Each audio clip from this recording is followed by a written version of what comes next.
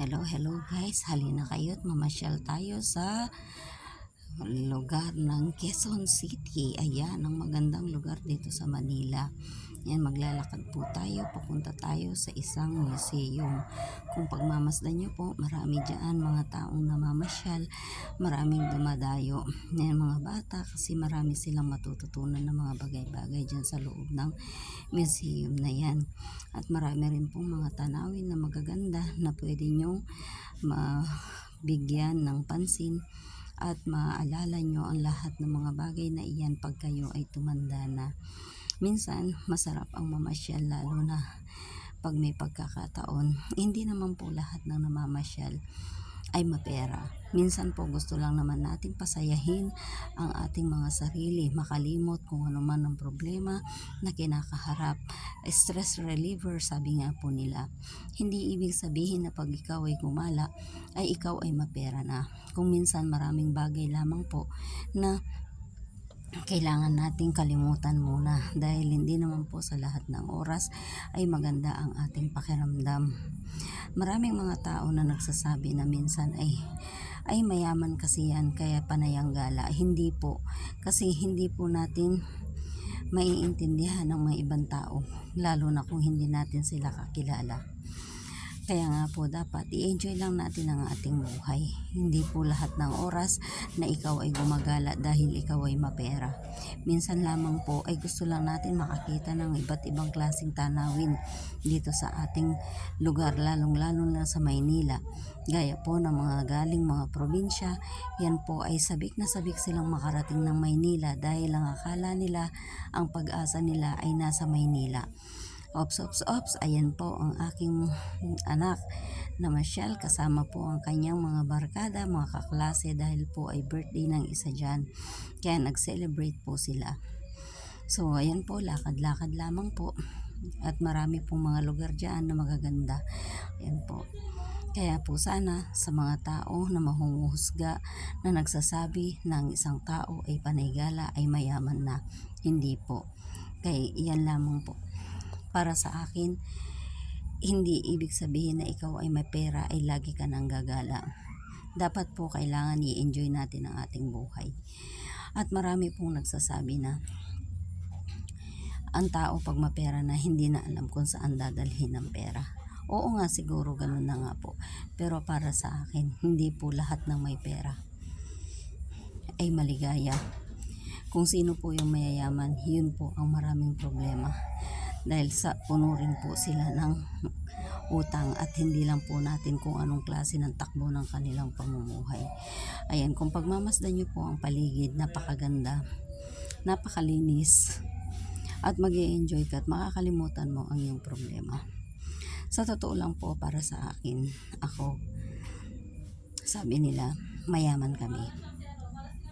Abroad ang aking asawa, maraming mga bagay na hindi nila nagagawa kagaya namin, pero hindi po hadlang o hindi po dahilan na kami po ay mayaman dahil abroad ang aking asawa. Una sa lahat po, maswerte kayo kasi magkakasama kayong pamilya. Kami tinitiis namin ang pagod, hirap, magkalayo at hindi nakikita ng aking asawa ang paglaki ng aking mga anak. Yun po ay isang mabigat na karanasan sa aming mag-asawa dahil hindi po niya nasusubaybayan ang aming mga anak.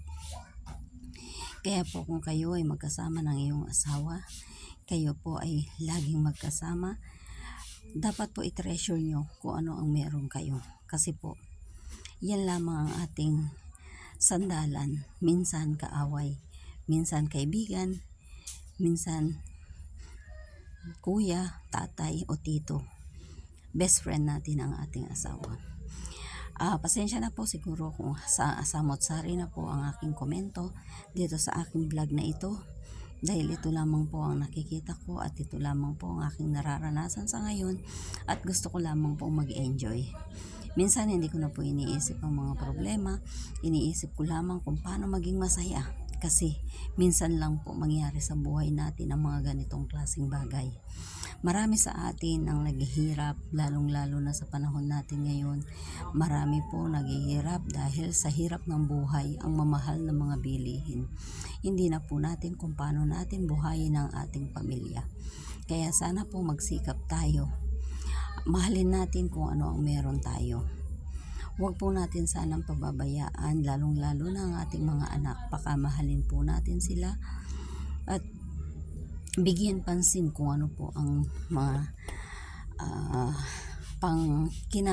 hinaharap ng ating mga anak, lalong-lalo na po ang kanilang edukasyon. Yan po, pagmasdan niyo po ang paligid, napakaganda. Itutur po namin kayo sa napakagandang Quezon City Circle. Ayan po. Ako sa karanasan ko sa buhay, maraming hindi naniniwala kung anong buhay ang aking naranasan nung ako'y bata pa. Sa totoo lang po, mula maliit ako, naranasan ko pong magtinda.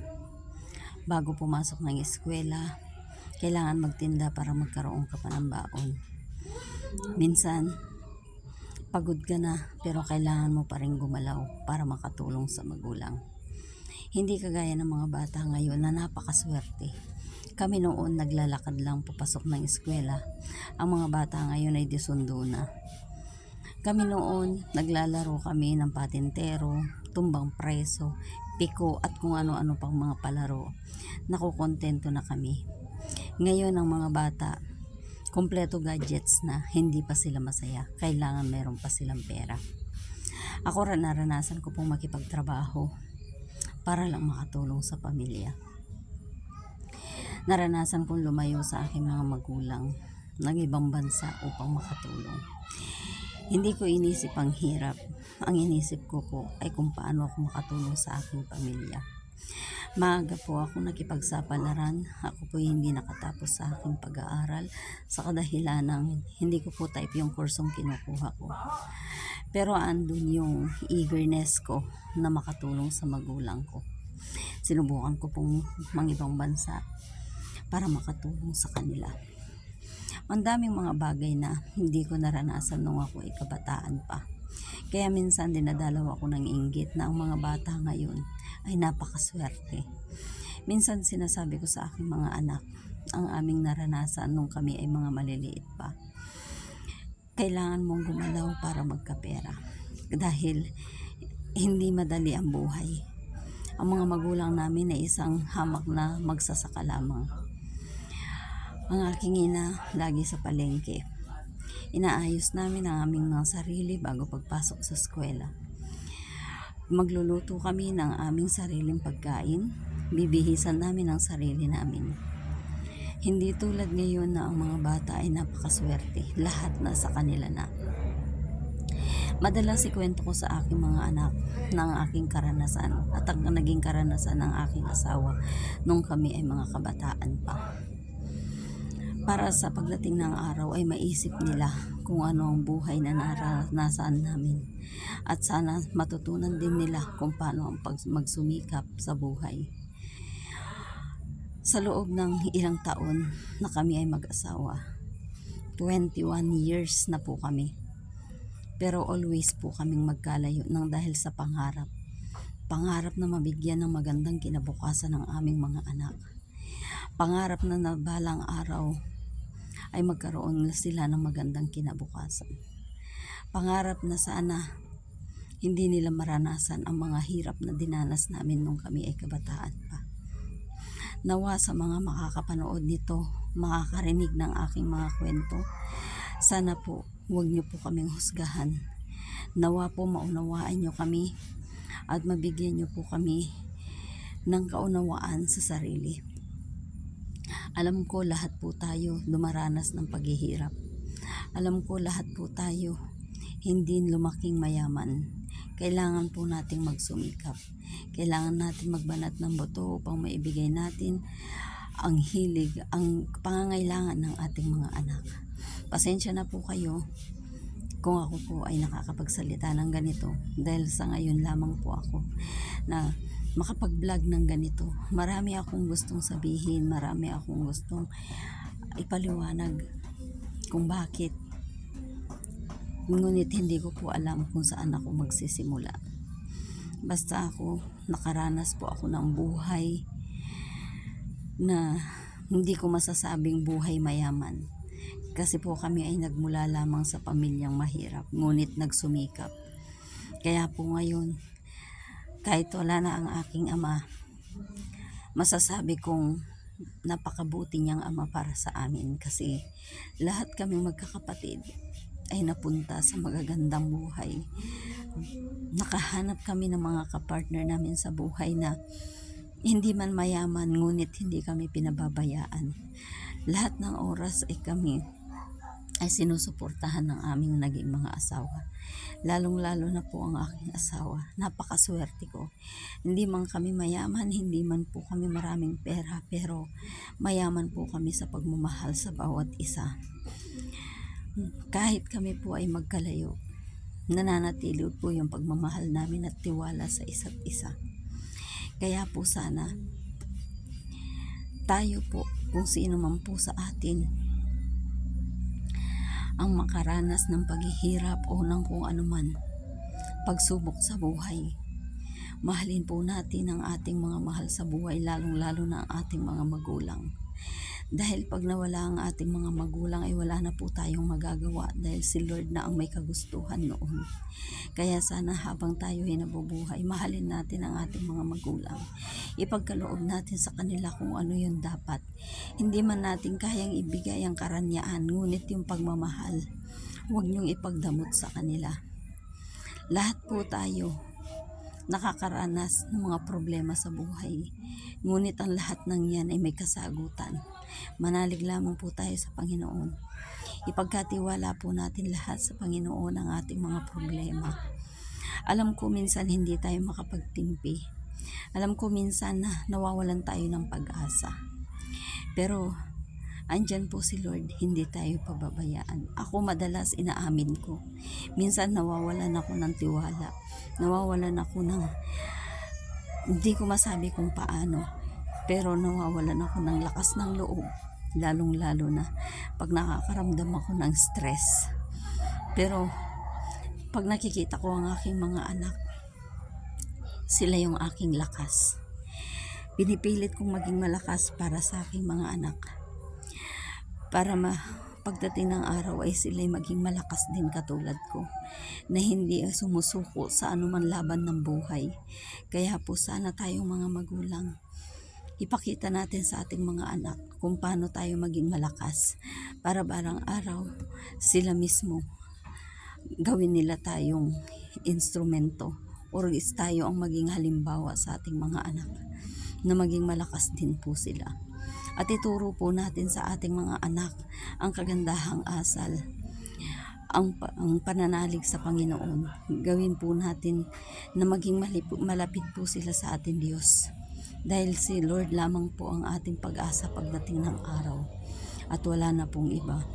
Kung ano po kagandahan ng paligid na nating nakikita, ganun din po sana ang ipakita natin sa ating mga mahal sa buhay. Pakamahalin po natin ang bawat isa at huwag po natin kakalimutan na may Diyos tayo. Kaya sana, kung sino pong makapakinig nito, maraming salamat. At maniwala po kayo't hindi, may Diyos po tayong buhay na laging gumagabay po sa atin. Huwag po tayong mawalan ng pag-asa. Kung anong nakikita nating kagandahan dyan sa paligid, mas lalong maganda pag makarating tayo sa kaharian ng langit. Mas maganda ang buhay natin pagdating sa kaharian ng Panginoon. Kaya po, inuulit ko, tiwala lamang po at magdasal po palagi at ipagkaloob kay Lord ano man ang ating dalahin sa ating mga puso. At ganun lamang po, maraming salamat sa lahat ng makikinig ng aking kwento na ito. Hanggang sa susunod po, nawa nandiyan po kayo palagi at huwag po kayong magsawang makinig sa aking mga kwento at sa aking vlog. Ayan, yan po ang kabuuan ng Quezon City. Yan, uwian na daw po, sabi ng aking anak. Dahil yan po, itinur niya tayo sa lugar na yan na napakaganda ng circle ng Quezon City. Yan po, nangyari po yan kahapon, birthday ng isang kaklase niya. At sabi niya sa akin, ma-vlog mo ito. Kaya ngayon,